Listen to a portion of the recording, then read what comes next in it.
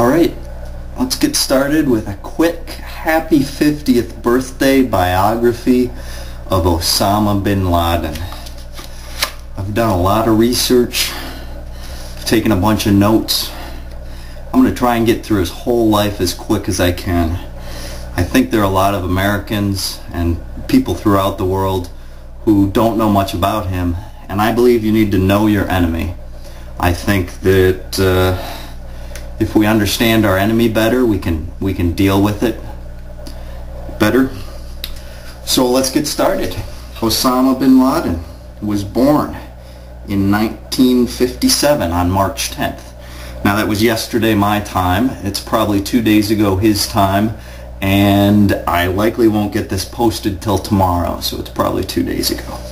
But he was born the 17th child of a man named Mohammed Awad bin Laden, who was born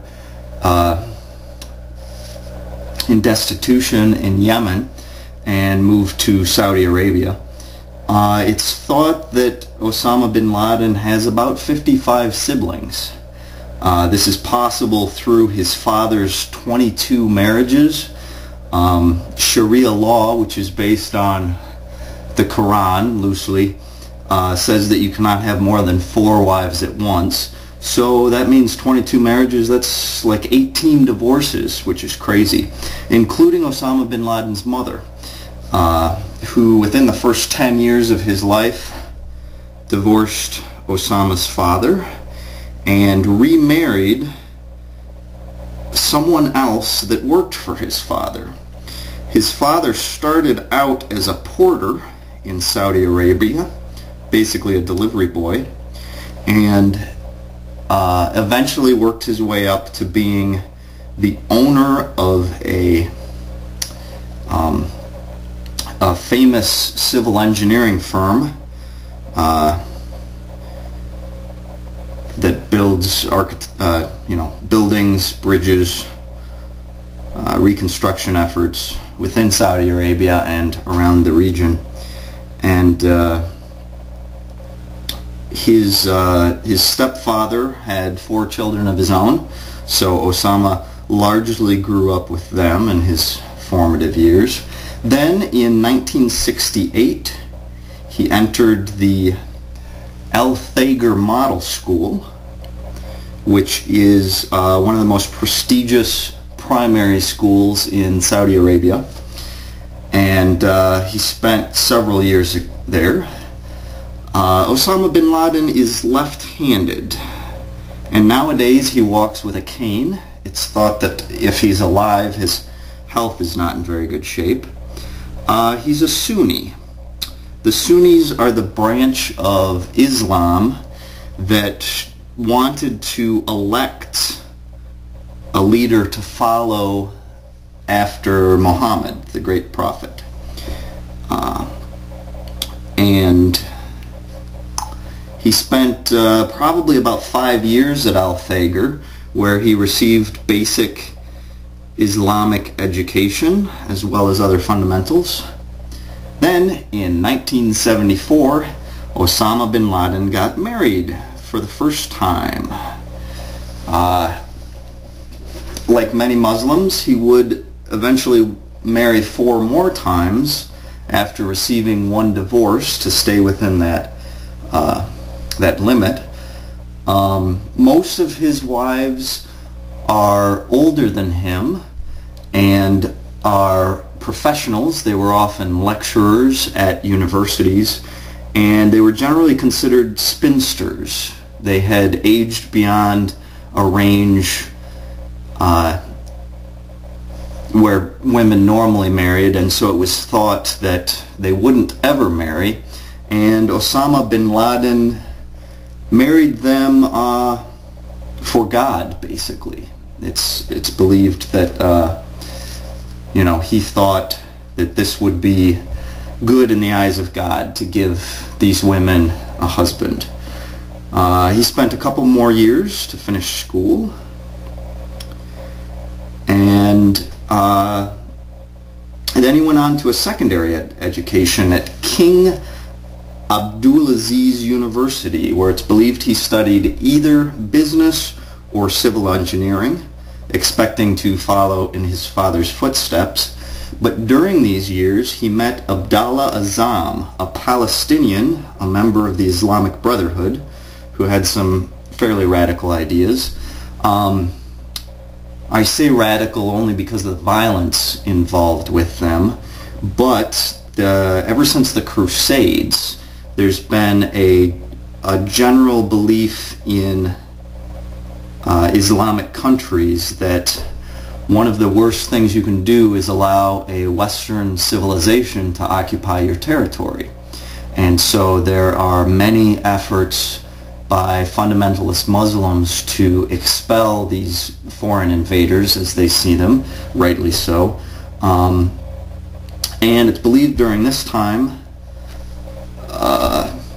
77 to 78, that after school he was being indoctrinated into the Islamic Brotherhood.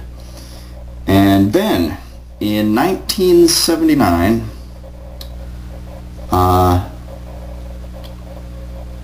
he followed Abdallah Azzam to Afghanistan. Now the reason is that the Soviets invaded, and it's generally accepted now that the reasons that the Soviets invaded Afghanistan was because of U.S. influence in the area.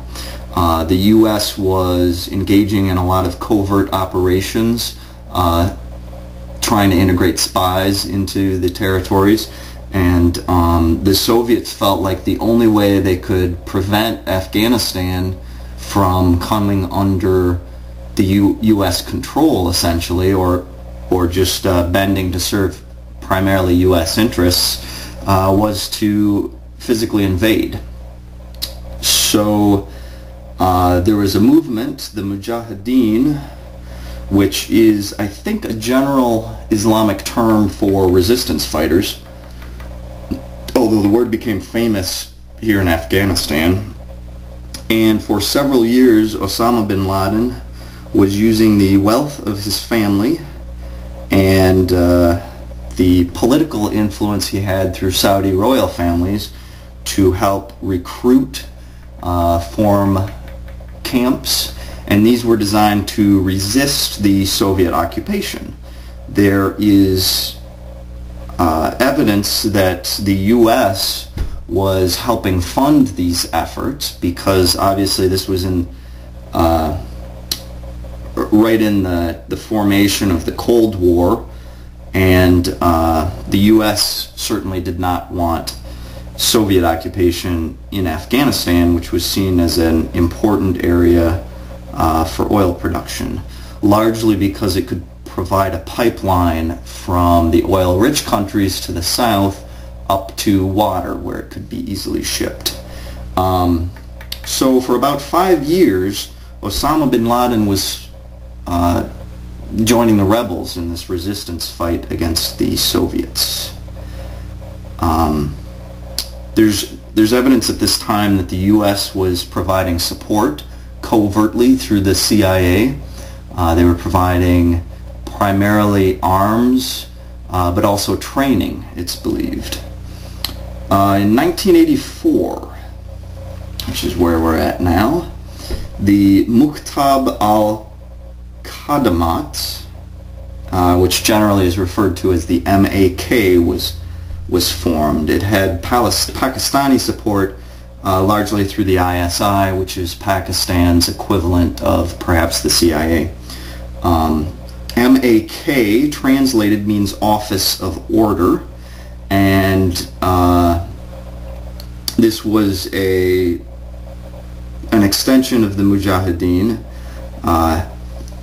They were formed in order to expel the Soviet influences as well, and it was led by Abdallah Azzam. During this time, they built a tunnel complex which would much later be bombed by the U.S. When we first entered Afghanistan. For several more years, the MAK was involved in resistance, and in 1988, Osama bin Laden left the MAK. It's believed that Abdallah Azzam wanted to integrate the Arabic fighters, people coming from other countries, in with the Afghanistani fighters, so that